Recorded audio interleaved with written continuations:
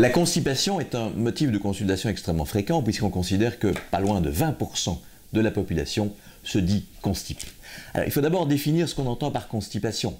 En pratique, il s'agit de l'émission de moins de 3 selles par semaine. Il n'est pas question d'aller à selle tous les jours. Si on a au moins 3 selles par semaine, il ne s'agit pas d'une véritable constipation, mais certaines personnes vont vivre la constipation comme une émission difficile de selles quotidiennes.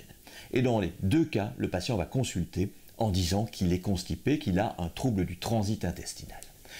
Alors, il faut faire la part des choses parce que dans certains cas, une constipation, surtout quand elle est d'apparition récente, peut être due à une cause précise, à une maladie sous-jacente. L'exemple malheureusement le plus fréquent est l'apparition d'un polype ou d'une tumeur d'intestin qui fait que le patient voit se modifier ses habitudes de défécation, il ne va plus à selle comme il allait habituellement, il a des difficultés, et donc dans certains cas, et dans tous les cas pratiquement, la constipation doit faire l'objet d'une mise au point pour se poser la question, y a-t-il une cause qui explique cette apparition du trouble du transit?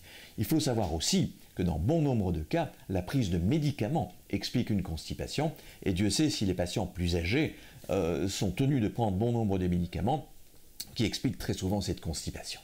Mais pour revenir à la cause la plus essentielle, c'est la constipation dite idiopathique où il n'y a pas de cause précise. C'est finalement une simple paresse de l'intestin. Et cette paresse se voit à tout âge, aussi bien chez la personne âgée que chez l'enfant. C'est un motif extrêmement fréquent de voir chez le pédiatre des motifs de consultation pour constipation de l'enfant. Donc la constipation essentielle touche tous les âges et touche au moins 20% de la population.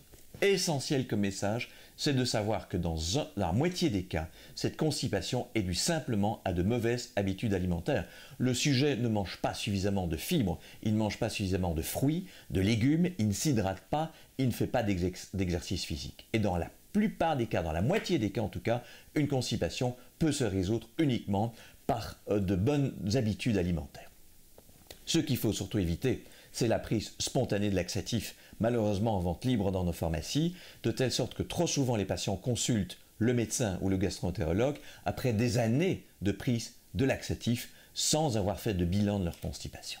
Alors, pour revenir aux constipations qui uniquement liées à une paresse intestinale et qui ne sont pas nécessairement dues au seul problème du régime ou de la prise suffisante de boissons liquides, on peut faire un bilan. On peut faire un bilan pour essayer de comprendre d'où vient cette constipation.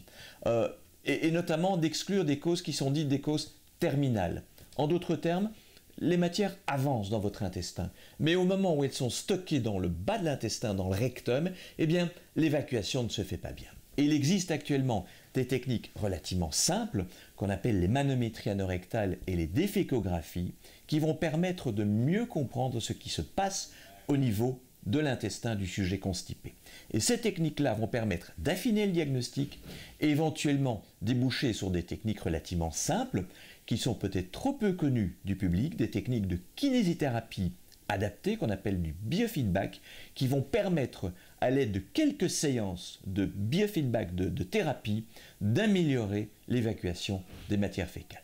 Problème très fréquent, toujours exclure une cause, une maladie sous-jacente à la constipation, mais surtout consulter à temps et ne pas consulter après 10-15 ans de prise spontanée de laxatifs.